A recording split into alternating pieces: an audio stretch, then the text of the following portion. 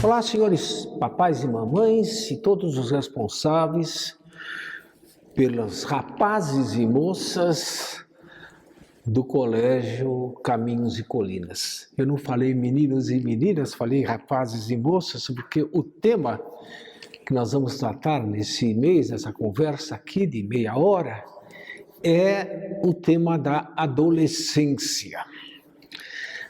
Vamos tratar do diálogo com o filho adolescente, depois da intimidade, pudor, sensualidade, depois da namoro, sentido do namoro e orientação sobre as saídas à noite,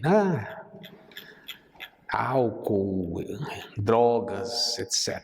Vocês veem, é muita coisa para a gente tratar em meia hora. Vamos falar um pouquinho, mas vocês receberam os textos, vocês receberam as aulas já gravadas, então o que eu vou tratar agora, eu vou fazer um resumo de tudo isso, Então, vocês estão lembrados que, no primeiro ponto, o diálogo com o filho ou filha adolescente, se o filho adolescente que vocês estão pensando no momento é o primeiro, vocês certamente estão preocupados. Se é o segundo, o terceiro, o quarto, aí vocês já estão veteranos no assunto, sabem tratar melhor. Mas se é o primeiro, geralmente, o primeiro filho ou filha adolescente deixa o pai e a mãe muito preocupado. Por quê? Porque é uma mudança muito brusca que acontece na criança para o rapaz ou para a menina. Eu coloquei o texto aqui, A mãe falando, Puxa, eles eram tão fofinhos, agora são chatos de galocha. Antes a gente ficava horas conversando sobre qualquer coisa. Agora, quando eu pergunto como foi a escola, vem uma resposta monossilábica. Foi legal. Ou foi uma droga, quando a expressão não é pior ainda, Se eu insisto, ela se cala. Se eu insisto ainda mais, a resposta parece um coice. Como é que eu vou lidar com uma pessoa assim? É preciso pensar o seguinte, a forma de conversar mudou. Antes você conversava com uma criança, com um menino, que te viam como modelo, até mesmo como uma heroína. Eles te ouviam cativados, papai, mamãe está falando. Agora o diálogo é quase sempre uma discussão. Por quê? Eles ainda não sabem argumentar. Eles estão inseguros porque eles ainda não têm a sua própria opinião, mas tem uma já, que é o seguinte, que a minha mãe falou, eu estou contra. Por que isso? Porque eles querem ser independentes. E o modelo de dependência que eles estão vendo mais claro na frente deles é o pai e a mãe. Entende? Então, é preciso uma paciência imensa, muita paciência. Converse, tente conversar. Argumente, dê razão para ele ou para ela sempre que você puder. Sempre que ela falar qualquer coisa que você concorda mesmo, não é fingir, que você concorda mesmo, diga, olha, eu concordo com você nisso. Entende? Para quê? Para que ela perceba que existem pontos do pensamento dele ou dela, entende, que você concorda também. Isso vai lhe dar base para você, vamos dizer assim, na hora da conversa, você fala, não, nós concordamos nisso, nós concordamos naquilo. Entende? E vai estabelecer a possibilidade de um diálogo maior. Use o menos possível o argumento de autoridade. Não é que você não deve usar, Às vezes o argumento é esse mesmo, sou seu pai, sua mãe, ponto final. Entende? Mas esse argumento deve ser usado sempre com a explicação do porquê. Veja, o argumento de autoridade é válido. Está certo, está correto, você é o pai, você é a mãe, você é o responsável. Mas Eles intimamente querem saber, até a criança precisa ser explicada do porquê. Entende? Então, explique o argumento, mesmo que ele não quiser ouvir. Peça a opinião deles, sempre que for possível. Qual é a sua opinião a respeito disso? E, se for possível, siga essa opinião. À medida em que eles crescem, eles podem realmente opinar sobre 1000 coisas da casa. Como decorar a festa do irmão menor, de que cor pintar as paredes do quarto dela, sei eu, de que carro comprar, há coisas em que ele pode falar e em que pode argumentar. E quando ele argumentar, quando ela argumentar, vocês respondam, eu concordo ou não, ou deem a razão, olha, não temos dinheiro para isso, enfim, montem por que você não ajuda fazendo tal coisa, de tal maneira que você mostre para ela que você concorda, ou quando você não concorda, que você explique por quê. Eles mudaram de interesses, né? Diz uma mãe, né? A mãe fala, ouve músicas que eu não conheço, falam uma linguagem que eu não entendo, vestem-se com modas e estilos que me são estranhos, frequentam ambientes que eu nem imagino quais sejam. Você não imagina quais sejam, mas já imagina que é ruim, né? Às vezes não é, viu? Sim, eles parecem às vezes alienígenas, parece que vivem no outro mundo, mas eles continuam sendo seus filhos, tá? E é necessário que vocês entrem em acordo. É preciso que você conheça o universo que eles vivem e se interesse pelo mundo dos seus filhos. Conheça os amigos dele ou dela. E faça isso sem parecer que está invadindo a privacidade deles. É difícil, eu sei que é difícil. Mas os pais, quando querem, têm um jeito especial para fazer isso. Você também descobrirá essa habilidade paterna e materna se você procurar. Mãe preocupada falando novamente. Eu quero que eles tenham um bom futuro, eu quero que ele seja feliz. Por isso eu fico na marcação, cobrando o estudo, cobrando a responsabilidade, cobrando os horários, cobrando os compromissos. Eu fico vigiando os seus amigos, fico atento para que ele não se envolva com drogas. Sou um pai chato, sou uma mãe vigilante. Eu sei que ele não gosta, mas eu sou firme. Você acha que eu estou errado? Vamos por partes, acho sim. Pode estar, não em tudo, deixa eu explicar, mas pode estar. Você deve cobrar, sem dúvida. Saiba que as coisas que mais eles gostam, isso eu tenho certeza de experiência, de centenas, milhares de adolescentes que conversei a respeito desse assunto. Eles gostam da cobrança dos pais. A menina que xinga você, ela gosta da cobrança. Elas confessam que gostam. Nunca vão te dizer isso. Mas elas gostam. Por quê? Porque a cobrança dá segurança a eles. Mas cobre você de um jeito demonstrando afeto, descontração, bom humor. Né? A mãe responde, eles gritam que querem liberdade, mas são crianças. E não sabem usar essa liberdade que estão exigindo. Peraí, vamos com calma. Em primeiro lugar, eles não são crianças. Eles são adolescentes. É diferente. Certo? Segundo lugar, eles querem liberdade porque faz parte da essência do homem ser livre. Né? Como é que eles vão aprender a usar a liberdade se não vão ter oportunidade para isso? Os pais precisam aprender a correr o risco da liberdade. Você está lembrado quando você levava seu filhinho ou sua filhinha no parque para andar de bicicleta? E você ficava segurando a bicicleta enquanto ele pedalava, para ele aprender a se equilibrar? E que havia um momento mágico em que você largava a bicicleta e que ele ficava pedalando sozinho? É isso aí, é a mesma coisa. É preciso soltar. Você segura, você quer que ele se equilibre, mas há um momento que você precisa soltar. Ah, mas ele vai cair, ele vai quebrar a cara. Bom, se ele quebrar a cara, você vai mostrar depois para ele por que ele quebrou a cara. Mas é preciso, não tem? É exatamente isso. A mãe respondia, mas eu não gosto da forma como ele se veste, eu não gosto da música que ouvem. Tudo bem, não precisa gostar. Entende? Não é preciso, não é você que está vestido, é ele, é ela. Né? Eles também não gostam da roupa que você veste. Não tem problema nenhum. Né? Se você acha que a blusa da sua filha é feia, que o tênis do que o seu filho está usando é um horror, diga isso para eles.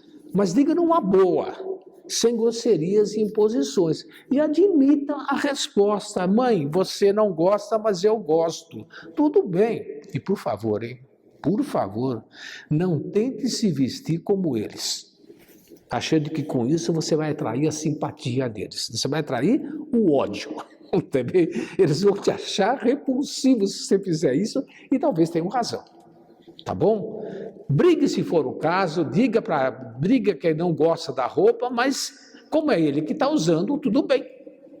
Tá? Se não vai contra nada, não vai contra o pudor, se for contra o pudor, outro papo que nós vamos falar daqui a pouco. Mas se não vai contra o pudor, se não vai contra, não tem nada de absolutamente inconveniente, apenas que você acha feio, tudo bem. Deixe ele usar a roupa. Deixe ele cortar o cabelo daquele jeito que você acha horroroso. Entende? Não tem problema nenhum. Isso não vai fazer mal nenhum para você nem para ele. Certo? Um outro ponto, esse ponto é bem mais delicado, que é a questão da intimidade, do pudor e da sensualidade. Os anos da adolescência são os mais difíceis para os pais tratarem a questão do pudor, a questão da sexualidade. Em primeiro lugar, porque quando eles crescem, quando eles se tornam adolescentes, eles são ardorosos defensores de sua intimidade. Entende? E eles querem, e isso está certo. Eles fecham a porta do quarto, eles não querem que você fique xeretando, não querem saber, entende? Isso é bom. É bom que eles defendam a intimidade deles também, certo? Então, os pais ficam desconcertados, porque antigamente ela falava comigo sobre qualquer assunto, agora ela vai falar desses assuntos com as amigas dela, mas comigo não fala. É isso mesmo. Né? E isso faz parte da natureza humana, ela está exercendo a liberdade dela, entende? Você deve... É difícil, eu sei que é complicado, mas você deve demonstrar compreensão por isso. Né? Ensinar. O primeiro pudor que você deve ajudá-los a ter, a cultivar, é o pudor consigo mesmos. Nas meninas, a tendência é se compararem com modelos para se sentirem atraentes. Por insegurança, por falta de uma personalidade desenvolvida, elas não conseguem estudar e pensar o que é bom para mim. Elas procuram um modelo qualquer para imitar, porque acham que com isso elas estão mais seguras, porque todo mundo está fazendo a mesma coisa. É uma pena, mas faz parte do crescimento. Haverá um momento em que ela vai perceber o seguinte: não, o modelo que eu tenho que seguir não é o mesmo. Mas isso demora. Existe uma fase de insegurança que não se corrige aos gritos. Não tem jeito. A adolescência também é a idade em que se despertam grandes ideais. E esses grandes ideais devem ser cultivados. A adolescência é um momento em que a pessoa, ou o menino ou a menina, descobrem que a vida foi feita para grandes ideais. Percebem isso. Eles percebem, eu tenho uma vida pela frente e essa vida eu devo dedicar a algo de grandioso. Às vezes, o grandioso que eles imaginam não é factível, mas não tem problema. Eles estão desejando o grande, estão desejando o belo. E isso deve ser cultivado. E sobre esses pontos, vocês devem conversar com eles, sem de jeito nenhum ridicularizar o ideal que eles têm.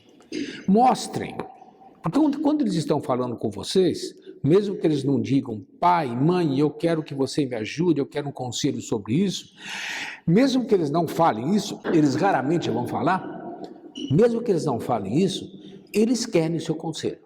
Eles querem que você dê opinião, eles querem que você fale. Então você fala. Fala, olha, você está pretendendo fazer isso, tudo bem, né? Isso é uma coisa bonita. Na hora, veja, você vai ter tais e tais e tais dificuldades. Você pensou nisso? Ah, eu pensei, então vou resolver dessa forma e dessa outra. Tudo bem, então haverá. E mostre que há um caminho que ele pode seguir que talvez dê errado. Se der errado, ele vai perceber, né? E vai se lembrar que você aconselhou ele antes. Ele vai se meter em grandes ideais. Se o ideal é realmente grande, analise a grandeza do ideal com ele. Mais do que analisar como ele deve concretizar o ideal, porque isso que é aí que o negócio morde, aí que tem a encrenca. Analise a grandeza do ideal. Mostre para ele o quão belo é esse ideal no qual ele está se envolvendo, ele quer se envolver. Apresente para ele esses exemplos desse ideal que ele escolheu, não que você escolheu para ele, mas que ele escolheu. E depois o modo de fazer, aí você pode dizer para ele, olha, eu posso te aconselhar nisso, nisso, nisso, mas peça conselho para pessoas especializadas, pessoas que entendem mais isso do que seu pai, do que sua mãe. Se quiser, olha, te recomendo tal pessoa e tal outra que pode te ajudar. Entende? Mostre que você está querendo ajudar e não dirigir, e não dizer como ele deve fazer. Tá? Isso o deixa mais seguro e o levará, mesmo que ele fracassar nesse ideal, mesmo que ele não for para frente nisso, ele vai ter oportunidade ele vai lembrar, não, quando eu perguntei para minha mãe, quando eu perguntei para o meu pai, eles me orientaram sem me impor nada. Então eu vou perguntar de novo. Tá?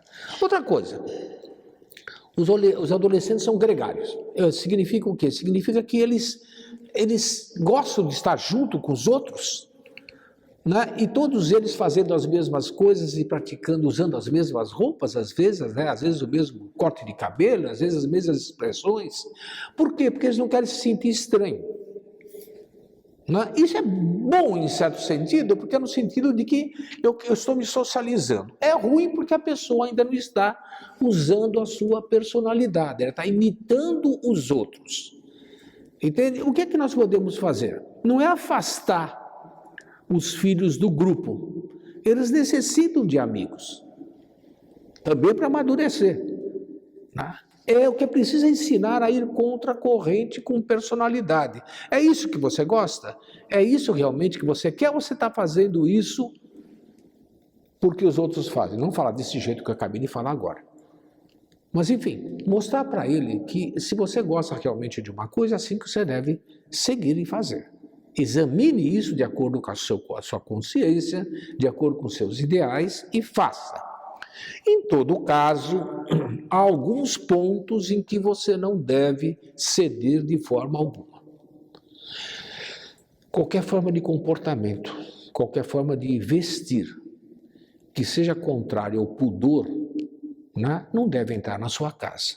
E isso você deve deixar bem claro para eles. Né? Por quê? Embora ele proteste, embora ela grite, etc., ela vai perceber o seguinte, não, minha mãe é inabalável nesse ponto, e aqui no fundo, que ninguém nos ouça, que ninguém conte para minha mãe, eu acho que ela está certa. Isso me dá segurança.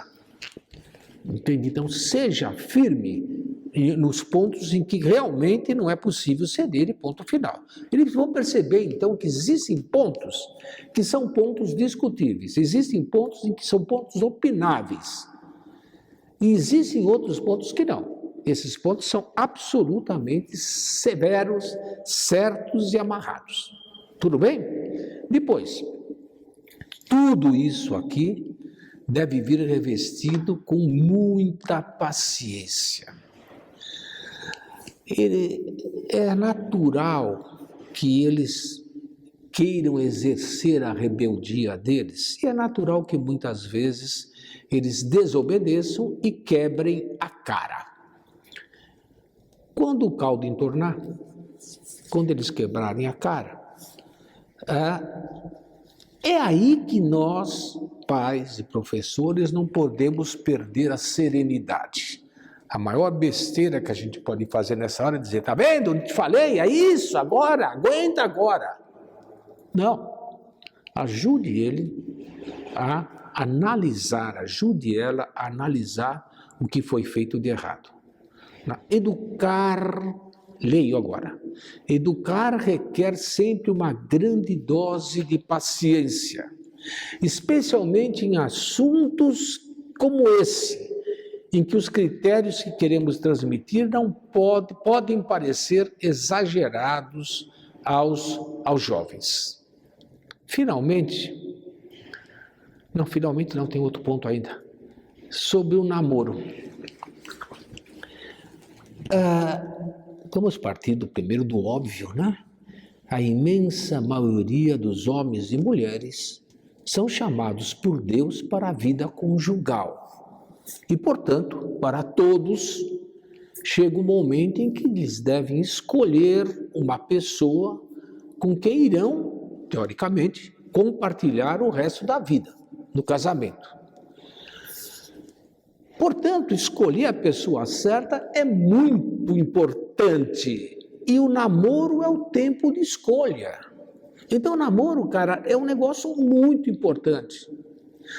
O namoro existe para que o homem e a mulher se conheçam mais e, portanto, conhecendo mais, se amem mais e cheguem melhor preparados para o matrimônio.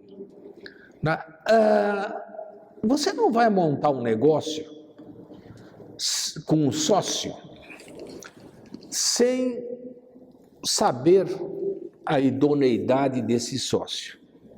Senão você vai à falência. O namoro é a mesma coisa. É fundamental que os dois, homem e mulher, rapaz e moça, tenham a mesma ideia do que é casamento, do que é vida conjugal, do que é amor, e que esse conceito seja conforme a verdade. Para isso que existe namoro. O namoro não é sentimentalismo, os namorados têm que conversar muito. Os namorados têm que construir seu relacionamento sobre a rocha de um amor verdadeiro e não sobre sentimentalismo. Qual a diferença entre amor e sentimentalismo? Qual a diferença entre amar e gostar? Já falei disso outra vez, vou falar de novo.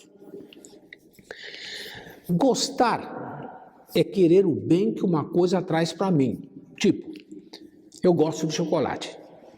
Eu não amo chocolate, eu gosto de chocolate.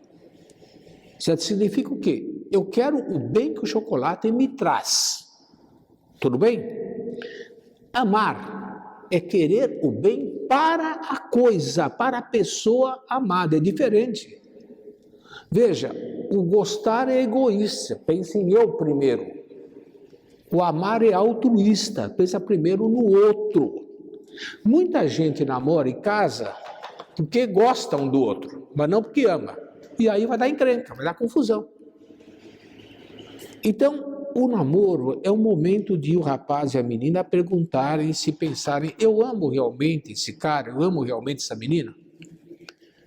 Quer dizer, eu quero o bem dela. Eu quero o bem dela. Eu quero que ela seja santa. Eu quero que ela seja uma pessoa boa. Ou não, eu me sinto bem perto dela. Isso é gostar, cara. É bom, mas não dá para casamento, não. Casamento você precisa querer amar ela, querer o bem para ela e vice-versa. Os namorados precisam, portanto, de novo, repito, conversar muito. É preciso que cada um conheça claramente o que o outro pensa. E não cair na ingenuidade de achar que ele ou ela vai mudar com o tempo. Ela pensa isso, mas ela vai mudar com o tempo. Faz nada. E o namoro é para isso, para saber, para conhecer. Aí você conhece e fala, puxa, é uma pessoa muito boa, Entende? Realmente eu gosto muito dela, mas não dá para casar com ela. Não amo essa pessoa tem opiniões muito diferentes das minhas em muitos assuntos essenciais. Então, tchau e benção. O namoro é para isso. Ou não, realmente eu amo essa pessoa. Realmente, puxa, nós comungamos os mesmos ideais. Beleza, tudo bem. Então, casem-se e vivam felizes para sempre. Deu para entender, né? Os namorados devem se respeitar. Né? O namoro cresce com respeito mútuo. Estou citando as palavras do Papa Bento XVI. O namoro cresce com respeito mútuo, que no fundo é tratar o outro como uma pessoa que ela é. Bento XVI, dirigindo-se aos jovens de todo o mundo, ensina que o namoro é um tempo de expectativa e preparação, que deve ser vivido na castidade dos gestos e das palavras. Isso permite amadurecer no amor, tá? Finalmente, outro problema muito prático que pais e mães estão falando, e tenho 4 minutos para tratar dele, é a orientação sobre as saídas noturnas, álcool, drogas também. Quando sua filha ou seu filho perguntam pela primeira vez: posso sair hoje à noite com meu amigo? Pode ser que um frio te corra pela espinha, né? Essa é uma pergunta das mais temidas pelos pais e adolescentes. Vamos trocar algumas ideias sobre isso bem rapidamente. Em primeiro lugar, seu filho ou sua filha cresceram. Eles sentem a necessidade de um pouco mais de autonomia. Essa saída deve ser um momento em que eles desenvolvem socialmente. É importantíssimo que os pais estejam em acordo entre si. Se o papai deixa, a mamãe não deixa e vice-versa, vai dar uma maior confusão. É preciso combinar isso direitinho, então. Lembre-se de uma outra coisa, você educou essas crianças, você educou essa menina, você educou esse rapaz, durante anos. E eles sabem o que é certo e o que é errado. Agora está na hora de eles mostrarem que sabem agir corretamente. Chegou o momento de que você vai mostrar que confia neles. E se você racionalmente percebe que isso é melhor, isso é bom, deixe e ponto final. Senão, não deixe. Não vai cair na chantagem emocional. Todo mundo fala, todos os meus amigos fazem isso. Todos os meus amigos não é você. Mas saiba argumentar. Outra coisa muito prática e muito boa, entre em contato com os pais dos amigos ou das amigas das suas filhas, do seu filho. Entre em contato com os pais deles. Converse com eles. Se vocês conversarem, vocês vão se ajudar entre pais mutuamente também. É muito importante falar sobre os riscos do abuso do álcool ou das drogas. Mas fale isso numa atitude de diálogo.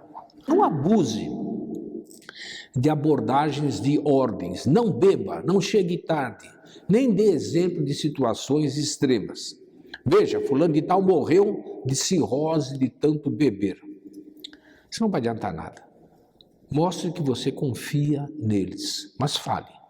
Fale dos perigos que tudo isso tem. E depois você pensar muito, você vai decidir. E aí quando você decidir, decida, tá bom?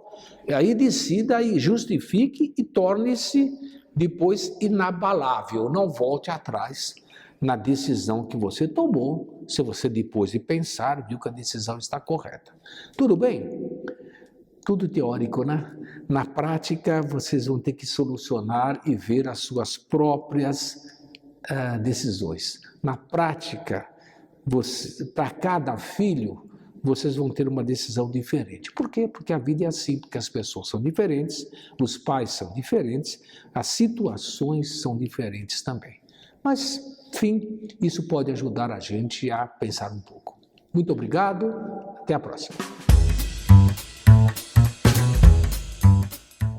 Olá, bom dia a todos os pais, mães e responsáveis pelos alunos do Colégio Caminhos e Colinas e do SEAP. Hoje a gente vai falar um pouquinho sobre os hábitos de leitura. Então, ao longo do mês de junho, nos vídeos de formação que vocês receberam pelo WhatsApp, a gente falou sobre alguns temas que estão relacionados ao hábito da leitura. Antes da gente começar a falar mais a fundo sobre esse tema, eu queria convidar cada um que está em casa a pensar se tem algum livro que você leu durante a sua vida que te marcou muito. Pode ser o primeiro livro que você lembra de ter lido sozinho, pode ser o livro que uma pessoa querida te indicou, pode ser um livro que te ajudou muito em algum momento específico, um pouco mais difícil da sua vida, que você pensasse qual é esse livro que te marcou, que marcou a sua vida. Depois a gente vai voltar nesse assunto. Então, no primeiro item, que era a importância dos clássicos, a gente viu que o clássico, ele é considerado um clássico porque ele fala de temas que são universais. No fundo, a boa literatura, ela fala de pessoas. E as pessoas, ainda que elas sejam diferentes e tenham vivido em épocas diferentes, elas têm uma essência que é a mesma. Tem aspirações, tem sonhos, passam por dificuldades, passam por provações, crescem, lidam com pessoas, se desenvolvem. Então, tudo isso, quando a gente lê um bom livro, cria uma conexão. A gente se identifica com aqueles personagens que estão ali. Ou se a gente não se identifica exatamente com um personagem, com uma situação, ou a gente consegue identificar pessoas queridas que convivem conosco. Então, a literatura, ela também nos faz refletir sobre a nossa própria vida. Então, quando a gente vê um personagem que busca se realizar, ajudar os demais, são coisas que cada um de nós também procura pensar e viver e transformar em realidade no dia a dia. A leitura desses clássicos, que no fundo são as histórias e os feitos e as conquistas de grandes homens e de grandes mulheres, podem nos inspirar, podem nos ajudar a ser melhores no dia a dia e nos ajudam como elemento de formação mesmo. O professor Evandro citou alguns clássicos como O Patinho Feio, A Ilíada e a Odisseia, a Bíblia. Então são livros que são lidos por pessoas de circunstâncias diferentes, em tempos diferentes, mas que aquele sentimento de conexão, de identificação, de relacionamento com os personagens que estão ali, são fortes ainda. Depois a gente viu como a gente faz para desenvolver o prazer pela leitura, que o hábito da leitura, a vontade de ler, ela vem também por incentivo das pessoas que são queridas. Quando um pai, mãe, um tio, uma avó incentiva, um professor, isso tudo vai ficando, a gente vai guardando e nos serve de incentivo para aprender a gostar de ler. Não tem uma pessoa que nasce sem gostar de ler. Talvez alguns de nós não tenhamos tido a oportunidade de desenvolver esse gosto pela leitura. Mas se a gente colocar isso como uma meta, se propor a dedicar alguns minutos do nosso dia a dia, da nossa semana para a leitura, a gente pode com certeza desenvolver esse gosto pela leitura.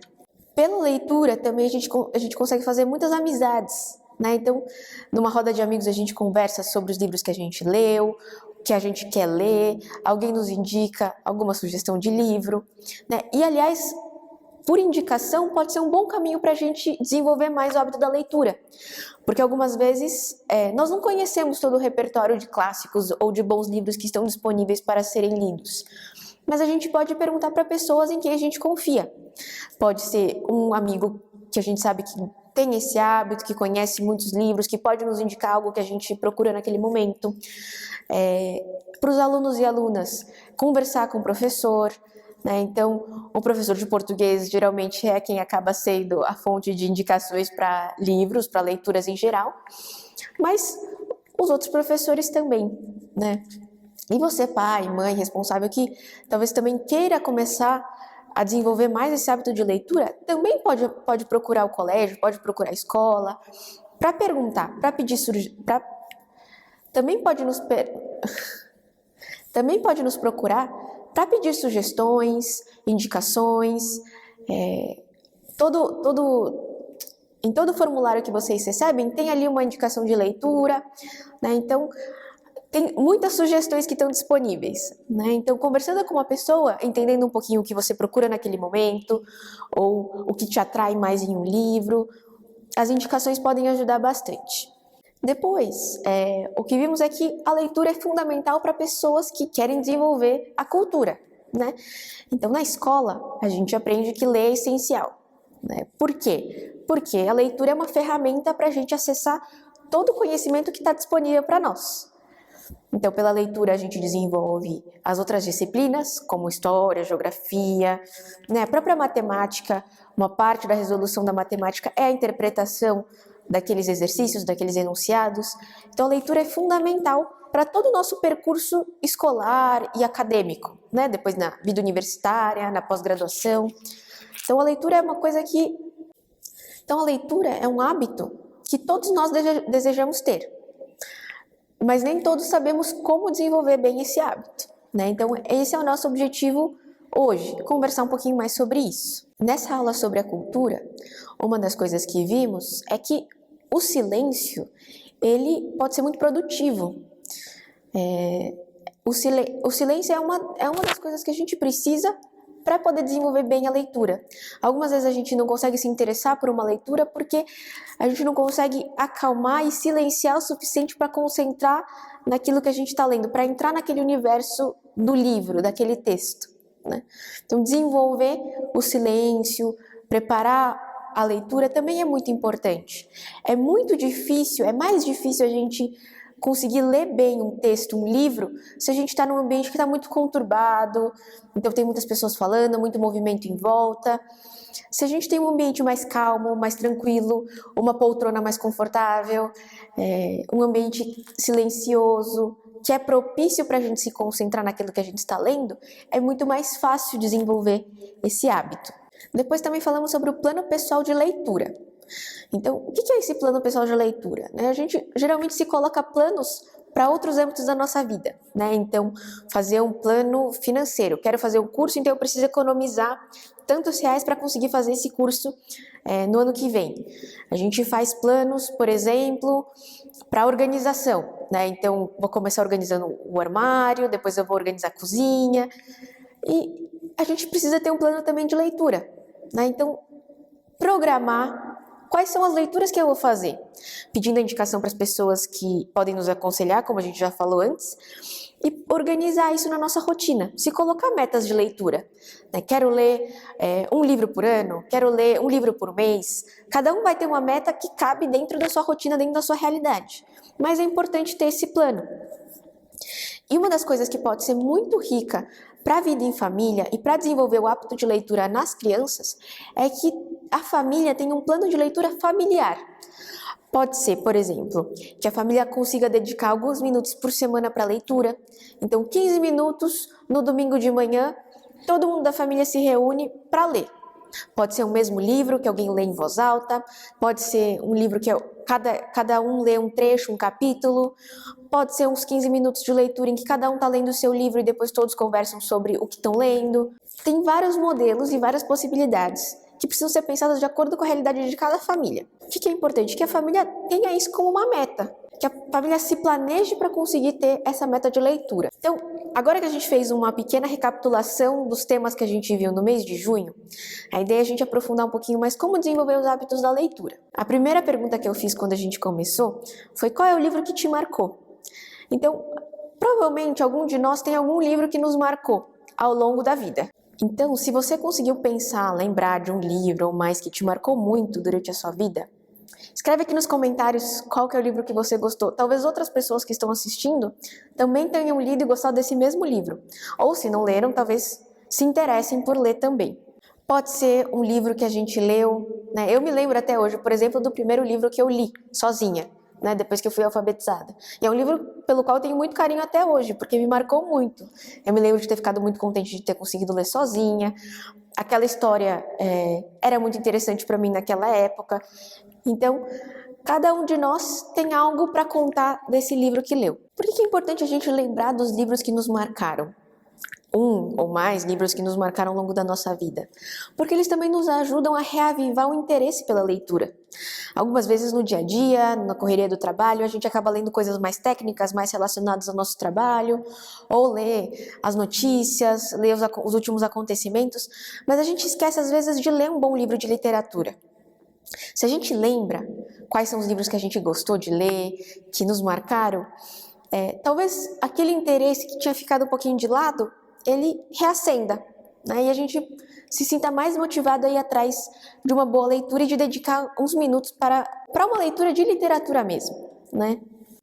Se você se sentir motivado a ler, a retomar esse hábito de leitura, ou se você já tem um hábito de leitura, intensificá-lo, isso já vai ser muito bom para os filhos, porque uma das coisas que nos incentiva a ler é ver pessoas com quem a gente convive no dia a dia lendo, né? Então, quando as pessoas comentam com a gente sobre os livros que elas estão lendo naquele momento, um livro interessante que elas leram no mês anterior, isso tudo vai nos motivando. Então, conversar em casa sobre o que cada um de vocês está lendo também é muito importante. As crianças leem livros que a escola pede, ou que elas têm interesse mesmo de literatura, de aventura. Então, é muito interessante incentivar esse hábito de conversar sobre as leituras. Pode ser no jantar, pode ser no final de semana, mas se cada um vai comentando um pouquinho sobre o que está lendo, se cria um ambiente em que a leitura passa a ser um ponto de atenção de todo mundo, e é alguma coisa que une todos que estão ali. Então, comenta sobre um personagem, comenta sobre algo interessante que aprendeu, algo novo que leu. Pode ser um bom ponto de partida para muitos papos interessantes em família. Depois, como que a gente incentiva a leitura mais especificamente com as crianças e com os adolescentes? Então, a primeira coisa é que eles possam ter livros à disposição. Isso não quer dizer que se precisa fazer um gasto financeiro muito grande, né? Tem muitos livros bons, acessíveis. É possível encontrar livros muito bons em sebos, em ótimo estado de conservação. Tem muitos livros que estão disponíveis em domínio público, então dá para encontrar na internet os livros que estão autorizados publicamente para todo mundo acessar. Tem programas de leitura específicos, então para crianças pequenas tem o programa Conta Pra Mim, da Secretaria de Alfabetização, que disponibiliza mini-livros, livros em PDF, com figuras, com temáticas de fábulas, de contos, que são muito interessantes para desenvolver vocabulário nas crianças, né? Então, uma das coisas interessantes é a gente pensar assim, que a gente aprende a falar porque a gente ouve outras pessoas falando, né? E a gente desenvolve o gosto pela leitura também porque a gente vai vendo que todo mundo que está à nossa volta lê e precisa da leitura também.